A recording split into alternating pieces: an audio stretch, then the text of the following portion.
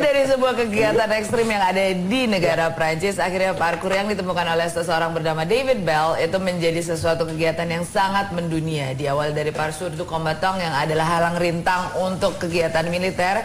Parkour ini dibawa oleh David Bell dan sekarang ada parkour Jakarta, parkour Indonesia dan juga ada beberapa lagi yang kalau nggak salah ada di Semarang dan Surabaya ya kalau tidak salah. Dan hari ini kita ngobrol-ngobrol dengan Daniel dan juga Ari dari parkour Jakarta.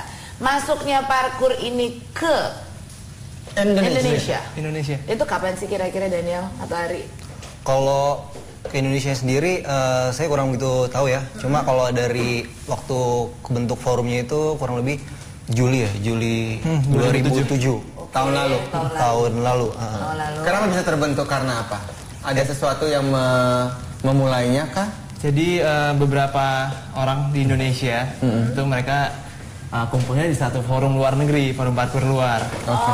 Mereka ngobrol-ngobrol, terus pas mereka lihat, pas mereka lihat kok banyak ternyata peminatnya di Indonesia. Banyak yang sama interestnya gitu. Akhirnya mereka mutusin buat satu-satu bikin forum yang wadahnya khusus buat orang Indonesia dan pakai bahasa Indonesia biar orang-orang biar lebih bisa ngumpul lagi gitu. Akhirnya mereka cetusin dan lahirlah satu forum namanya Forum Parkour Indonesia. Daniel Ari ini masuk dalam kategori olahraga atau apa? Sebenarnya aktivitas atau parkour secara filosofi lebih cenderung kayak martial arts. Dan kalau dibilang olahraga juga enggak juga. Jadi parkour is parkour. Jadi parkour beda sama yang lain. Jadi apa kalau didefinisikan dengan kata-kata dia adalah sebuah aktivitas atau kegiatan? Sebuah aktivitas fisik kali ya. Aktivitas fisik. Disiplin. Ada disiplinnya juga. Disiplin. Apa? Terus disiplin, parkour adalah disiplin. Satu disiplin yang kita balik lagi tadi ke art of movement. Jadi lebih cenderungnya malah lebih ke art. Sebuah disiplin yang cenderung untuk Anda bisa melakukan banyak sekali movement yang memang mengandung nilai seni tinggi dan juga filosofi yang tinggi. Itu definisinya. Dan parkour juga yang perlu digarisbawahi bukan olahraga ekstrim. Nah, bukan olahraga ekstrim. Jadi itu tidak bukan merupakan bagian dari ekstrim sport itu sendiri ya. Walaupun kegiatannya tuh kayaknya ekstrim banget gitu. Lo perlu fisik yang teramat sangat ya. Ya kayak gimana ya teman Jakarta ya? Apa yang dimaksud dengan aktivitas dari teman-teman di parkour Jakarta, mewakili parkour Indonesia? Kayak gimana bayangannya? Mungkin Anda pernah lihat di beberapa iklan TV. Sekarang kembali kita ajak Anda untuk melihatnya.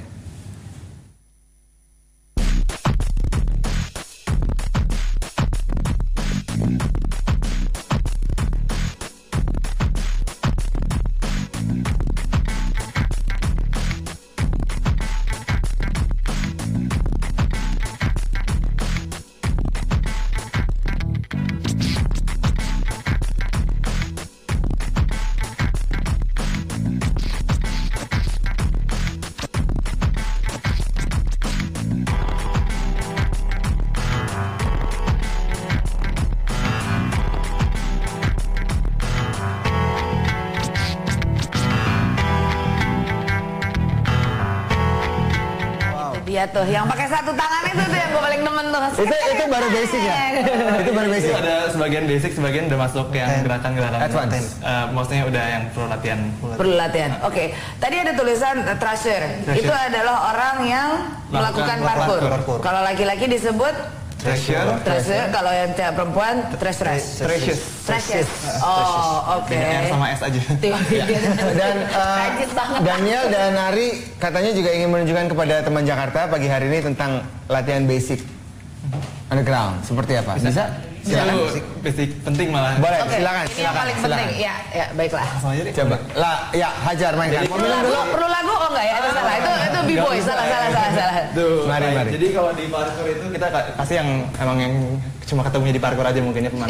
Iya. Jadi kalau push up langsung kayak yang push up aja. Kalau push up kalau kita biasanya cuma gini aja. Iya. Kalau di parkour kita kombinasiin, kita mundur sampai kayak yoga dong. Iya banyak. Ada beberapa bilang ini gerakan yoga nih. Jadi ini namanya dolphin push up kalau yang ini. Dolphin push up. Jadi kita pertamanya pantat yang di atas malah. Terus kita turun, nyelam. Si lumba-lumba. Iya, jadi itu yang dolphin push up.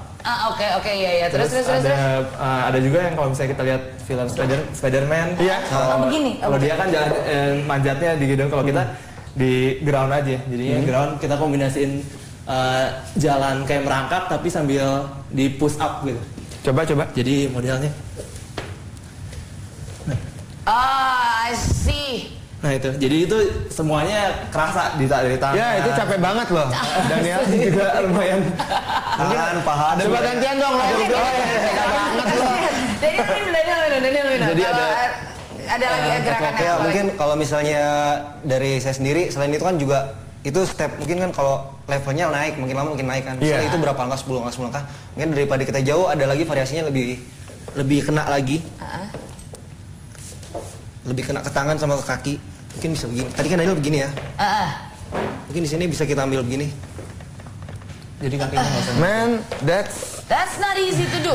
Trust me, that is so not easy to do. Iyalah. Gila. Mungkin itu salah satunya. Ya tampaknya kalau model gue. Lagi nih. Kalau model gue sih kayaknya 50 tahun Benar. baru bisa. Mempunyai nilai seni yang tinggi. Betul sekali. Banyak juga variasinya, dia ada yang ngambil pinggang. Kretek. Enggak ya? Oke. Buat iklan ini nih encok nih pastinya nih. Selain kemarin iklan rokok ya dipakai iklan encok pegelino. Pas. Ini Arif atau ada lagi yang mau ditunjukkan atau udah? Sebenarnya banyak sih variasinya. Yang parkour banget itu paling ada satu juga ya. Coba. Silakan. Itu namanya apa ya? Yang monkey walk. Monkey ride. Oh bukan, kita kasih nama aja biar orang lebih. Iya. Sebenarnya itu ada namanya. Jadi kita kalau misalnya kita biasa yang tahan gini kan lumayan kerasa nih kalau kita tahan sepoi kan. Jadi udah kayak gini kita buang badan kita ke kiri tapi baik lagi kita se-silent mungkin sama se-smooth mungkin. Nah itu. Ini tahan lagi terus kita pindah lagi. Oke. Nah, itu kita ulang-ulang terus sampai kita cukup lah. Benar-benar cukup fluid movement gitu ya. Fluid yang penting ya. Oke. Ya, Tepuk tangan. Daniel dan Ari dari Parkour Jakarta.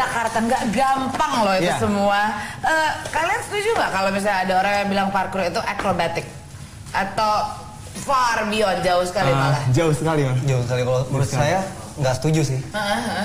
Soalnya yang membedakan parkour sama akrobatik tuh ya itu tadi filosofinya. Mungkin beda. Kalau akrobatik ya? Sebelumnya juga udah ada akrobatik jauh sebelum parkour udah ada akrobatik. Oke. Ya. Terus kalau dilihat dari manfaat apa sih masing-masing pasti punya merasakan manfaat yang beda-beda ya. Daniel apa manfaatnya? Kalau manfaat yang pasti ke badan udah sangat jelas ya itu udah ya. Sama yang kedua dia selain buat di badan kita mental ya dilatih. Soalnya kita karena lo harus berpindah-pindah ya, harus dinamis ya. Lo juga dilatih untuk bangkit kalau mengalami kegagalan. Dan kita dilatih buat sabar gitu. Iya. Kalau misalnya kita latihan, kadang-kadang ada teman yang udah misalnya mungkin bisa ngelewatin obstacle dengan cara gimana, tapi kita belum. Nah itu jadi satu motivasi kita buat terus coba tapi nggak harus sekali jadi, nggak instan gitu. Soalnya di parkour itu yang pentingnya repetisi sama progressionnya. Jadi apa yang kita dapat nggak bisa didapat sama sebulan, tapi mungkin harus tahunan. Beberapa lama berkala. Dari lo sendiri, Ari, sorry. Kalau dari gue sendiri ya itu mungkin hampir sama Daniel. Cuma yang lebih ditekenin di parkour kalau menurut gue itu sabar dan tekun. Kebanyakan orang yang nggak sabar itu kadang baru mulai latihan udah lompat duluan. Sebenarnya itu yang bikin jadi cedera itu dari situ. Makanya kita dari awal itu yang ditekenin tuh olah fisik. Dan perbandingannya pun antara 3:1 sama 4:1. Itu latihan parkour yang benar. 4 fisik, 1 teknik. Fisik 4 atau 3:1 atau 3:1.